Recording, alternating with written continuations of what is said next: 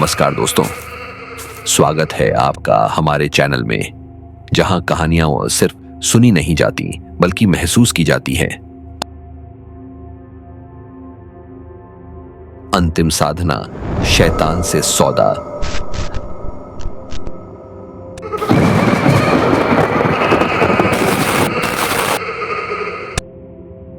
अगर कभी तुम्हारे सामने दो रास्ते आए, एक जो सीधा नरक की ओर जाता हो और दूसरा जो धोखे से स्वर्ग दिखाए, तो याद रखना जो आसान लगे वही सबसे खतरनाक होगा। राहुल वर्मा, दिल्ली यूनिवर्सिटी से एमकॉम किया हुआ लेकिन नौकरी की तलाश में दर दर भटकता एक आम लड़का। उसकी जिंदगी में हर दिन नई उम्मीद और हर रात नई हार थी। कमरा छोटा सा लेकिन सपने बड़े, पर सपनों से पेट नहीं भरता और खाली जेब से आत्मा भी डोल जाती है। एक रात जब राहुल किसी बेरोजगारी वाले डिप्रेशन में डूबा हुआ था, वह गहरे वेब पर चला गया, ऐसे फोरम्स पर जहां लोग लिखते थे rituals, deals with demon, dark टोटके। वहीं उसे मिला कालचक्र साधना का जिक्र, ऐसी साधना जो भाग्य को पलट सकती थी लेकिन बहुत खतरनाक थी। वीडियो में एक सड़ा गला काला पुस्तक दिखा जिसमें लिखा था, जिसने साधना पूरी कर ली उसे स्वप्नों का राज मिलेगा, जिसने बीच में छोड़ी उसे स्वप्नों का भस्म। राहुल ने बिना ज्यादा सोचे साधना करने का निश्चय कर लिया। कुछ भी हो जाए, इस जिंदगी से तो बेहतर ही होगा, उसने मन में सोचा। साधना का पहला दिन, रात 12 बजे राहुल ने अपने फ्लैट में सारे लाइट्स बंद किए, मेटल का एक काला घेरा बनाया जिसमें चारों तरफ नींबू काले धागे से 4 कोने बांधे। बीच में एक कांच का कटोरा रखा जिसमें उसने अपनी एक बूंद खून की मिलाई। मंत्र फुसफुसाता रहा, एयूएम नमः काल भैरवाय शैतानाय नमः। कमरे की हवा भारी होने लगी, ऐसा लगा जैसे कोई कुछ दीवारों के पीछे से उसे घूर रहा हो।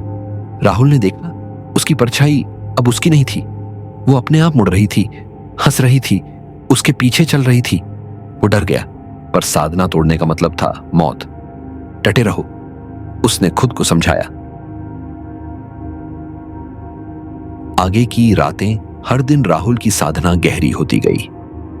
हर रात एक नई कीमत वसूलती थी। पहली रात उसकी खिड़की के बाहर एक लाल आंखों वाली आकृति घंटों उसे देखती रही। दूसरी रात उसके कमरे के शीशे में उसका अक्स गायब हो गया। तीसरी रात मोबाइल ऑटोमेटिक ऑन होकर उसमें से किसी और की सांसों की आवाज आती थी। राहुल बदलने लगा था, उसकी आंखें सुर्ख, चेहरा पीला और उसकी हंसी बेमतलब डरावनी हो गई थी। सबसे बड़ा सौदा, साधना के 10वें दिन राहुल से कुछ ने सीधा संपर्क किया। कमरे में धुआं भर गया और उसमें से एक आवाज आई, तू क्या चाहता है? राहुल चिल्लाया, सपने पूरे, पैसा, नाम, इज्जत। आवाज गूंजी, तो दे अपनी आत्मा और ले अपने सपने। राहुल डर गया, पर हालात ने उसे मजबूर कर दिया। उसने हां कर दी। आवाज हंसी, कमरा हिल उठा, राहुल बेहोश हो गया। अर्जुन, राहुल का बचपन का दोस्त, जिसे कुछ दिनों से राहुल के बिहेवियर में अजीब चीजें दिख रही थीं, उस रात अचानक उसके फ्लैट पहुंचा। अर्जुन बजरंग बली का भक्त था।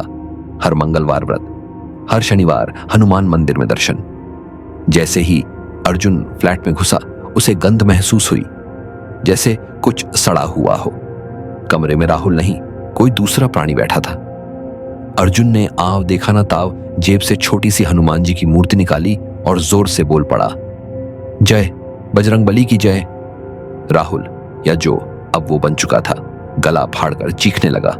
कमरा हिलने लगा, लाइट्स फड़कने लगी, पर अर्जुन रुका नहीं। उसने हनुमान चालीसा का पाठ शुरू कर दिया। भूत पिशाच निकट नहीं आवे, महावीर जब नाम सुनावे।